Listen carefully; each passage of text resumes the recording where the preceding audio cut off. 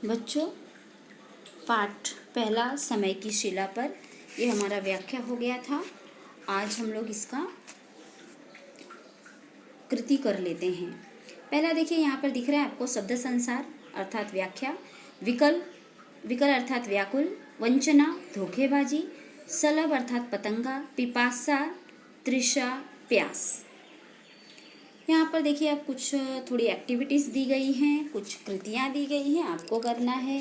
पहला देखिए है आज़ादी की प्राप्ति में स्वतंत्रता सेनानियों के योगदान पर निबंध लिखिए। आप सभी को पता है कि आज़ादी के हमें आज़ाद कराने के लिए स्वतंत्रता सेनानियों ने किस प्रकार योगदान दिया है, इस पर मैं थोड़ा सा बोल देती हूँ और आप अपनी तरफ से भी थोड़ा लिख लीजिएगा। जैसा कि आप सभी को मालूम है कि हमारे देश पर अंग्रेज़ों का शासन 150 वर्षों तक था।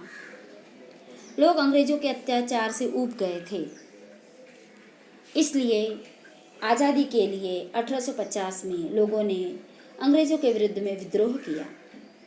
भारतीय सेना के मंगल पांडे के नेतृत्व में अंग्रेज़ों के विरुद्ध भारतीय सेना के कुछ सैनिकों ने विरोध का झंडा लिया।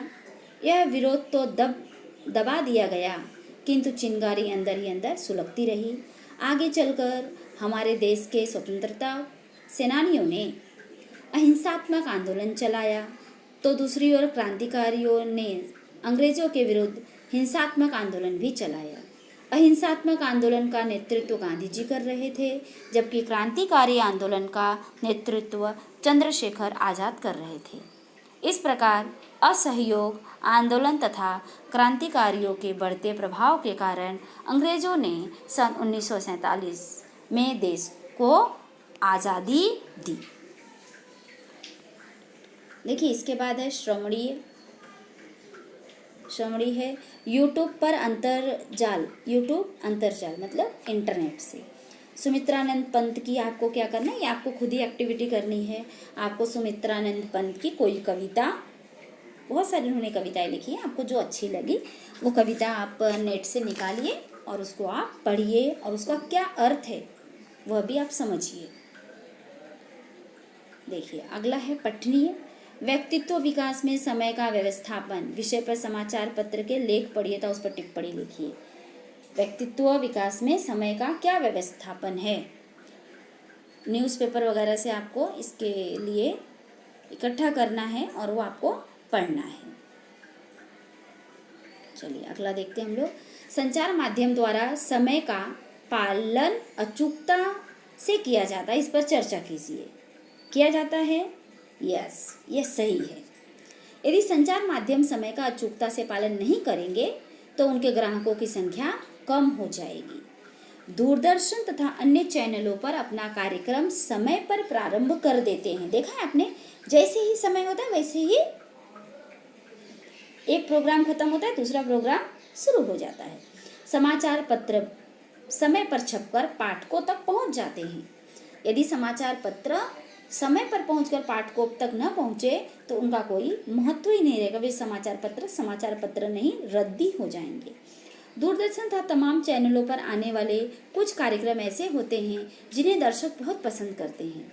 यदि ये कार्यक्रम समय पर न प्रारंभ हो तो इनके दर्शकों की संख्या घट जाएगी, इनकी टीआरपी भी कम हो जाएगी।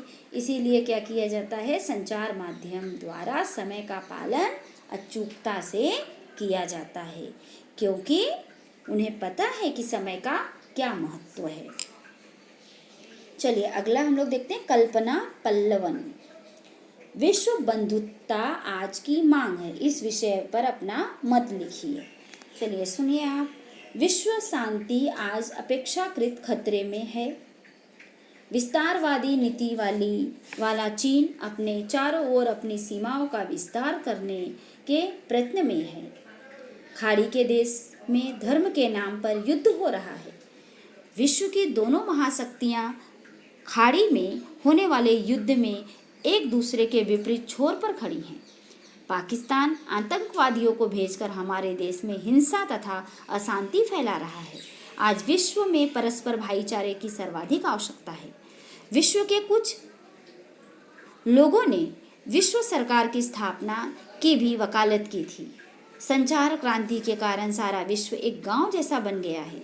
विश्व के नेताओं को इस बात पर ध्यान देना चाहिए कि अपने अपने देश की नीतियां बनाते समय राजनेता अपने देश के साथ पूरे विश्व को ध्यान में रखकर नीति बनाएं। यदि विश्व बंधुता का प्रचार प्रसार होगा तो युद्ध की संभावनाएं निरंतर घटती जाएंगी। चलो, आपको समझ में आ गया होगा। अभी हम लोग आगे की कृति करते हैं। देखिए, सूचना के अनुसार कृतियाँ कीजिए। सूचना के अनुसार कृतियाँ कीजिए। यहाँ पर आपको क्या करना है? आकृति पूर्ण करनी है। आकृति पूर्ण करनी है। यहाँ आपको पूछा गया है विशेषता। किसकी विशेषता बतानी है आपको? चित्र की विशेषता बतानी है और कहानी की। चित्र की विशेषता क्या है कि कोई आकर्षक चित्र बनाता है और कोई उसे मिटा देता है। कहानी की क्या विशेषता है कि कोई दर्द भरी कहानी लिखता है तथा कोई उस कहानी को महत्व नहीं देता है। चलिए, हो गया। आगे हम लोग देखते हैं। यहाँ पर है संगीत लय निर्माण करने वाली शब्द जोड़ियाँ लिखिए। संगीत लय निर्माण करने वाली शब्द जोड़ियाँ हैं वंचना, चेतना, जगाए, सुलाए। समझा आपको?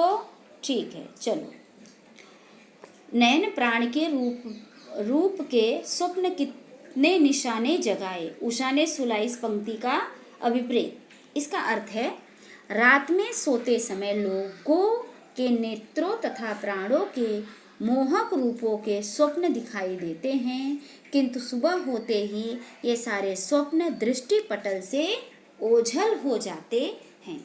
जैसे ही नींद खुलती है सारे सपने गायब हो जाते हैं। चलिए, ठीक है। कविता से प्राप्त संदेश। आपको कविता से क्या संदेश मिला?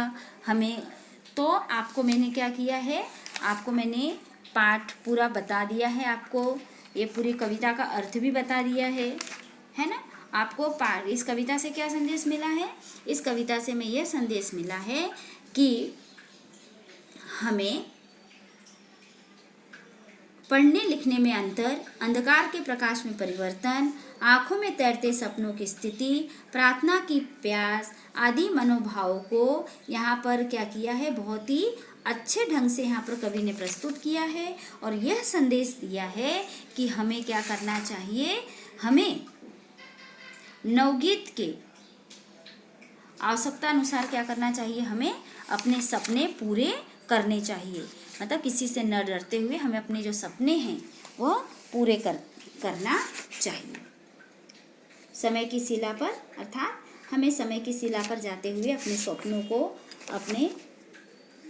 उनको पूरा करना चाहिए। ठीक है, धन्यवाद।